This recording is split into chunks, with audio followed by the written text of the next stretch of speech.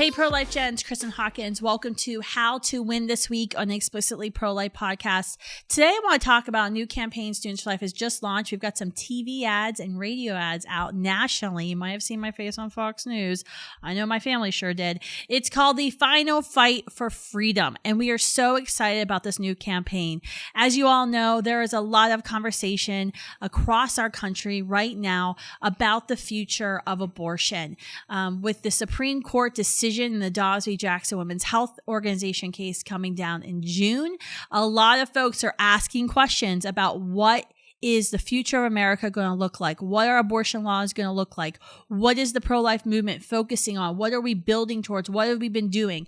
So I decided to put together a little booklet that gives folks a insider's peek as to what we've been doing at Students for Life for the 15 years, the pro-life generation army, that we've been building, why we have been building for this moment, and what we plan to do in a post-Roe America. So it's a little bit of an insider peek. But I named it The Final Fight for Freedom because I want to talk about this for a second. It's a little different way to approach our motivation for why we want to see abortion abolished, made unthinkable and illegal in our nation. We have to think about the first fight for freedom that we as Americans fought. We fought a revolutionary war because there was an empire that told us that we did not have the right to self-govern, to determine our fate. And they told us that we weren't worthy of that. We fought a revolutionary war. We won that right, that first freedom to vote. Our founders in our Constitution very wisely wrote life, liberty, and the pursuit of happiness.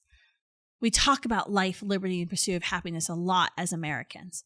And we had to fight a second battle for freedom in our country with the bloody Civil War and then the following years of the Civil Rights Movement to ensure that every American, regardless of their skin color, every American became a citizen and was recognized as a citizen, as a human being, full deserving of all of the rights of America, deserving of life, liberty, and the pursuit of happiness. But then in 1973, 7 men on the Supreme Court said, well, back it up. That's only for certain Americans who have been born. But there's a class, the preborn, that don't deserve these rights. In fact, at that moment, that hierarchy of rights, this natural rights that we have, life, liberty, and pursuit of happiness, was actually disordered because the pursuit of happiness suddenly trumped the right to life. In American history, as we've seen time and time again, when we disorder these rights, bad things happen. The result is often subjugation, death. Supreme Court has done this multiple times throughout our history, in Plessy versus Ferguson, and Dred Scott, where they said someone's right to pursue happiness, someone's right to liberty trumped another person's right to life. And that's exactly what happened in 1973. And that is why we fight so hard for the right to life of the preborn among us. It really is, and I believe we are in this final fight for freedom. Because as Abraham Lincoln said, by giving freedom to the slaves, we ensure freedom to the free.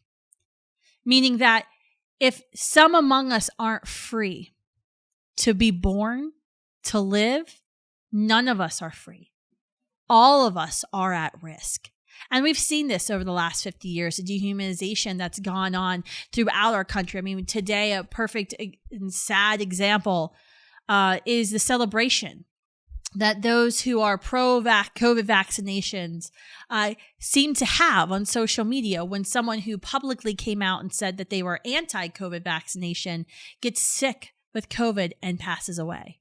And there's actually been op-eds written about, it may seem callous to do this, but we must do this. Literally championing the dehumanization of a fellow person, of our neighbor, of our brothers and sisters. When we talk about the battle against assisted suicide and against euthanasia, when we talk about the battle against aborting children who've been diagnosed with an adverse diagnosis, we hear the same thing.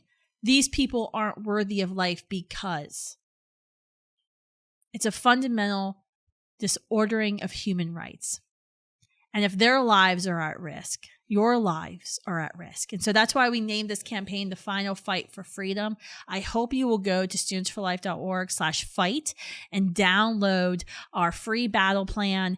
It's beautiful. I love it because it gives you an inside peek of what we've been doing at Students for Life for the last 15 years, what we've been building towards, and also what we are working for in a post-Roe America. It actually lays out our post-Roe blueprint for America. First, reversing Roe, supporting state and federal legislation to fully ban, to make abortion unavailable in our states, or at the very minimum, heavily restrict abortion, to promote adoption and foster care reform, to support pregnant and parenting women on campuses and in our workplaces and our churches, to defund Planned Parenthood and the abortion industry. So I hope you'll go to studentsforlife.org/fight, download the Final Fight for Freedom battle plan. It's totally free, but I hope you'll read it and pass it on.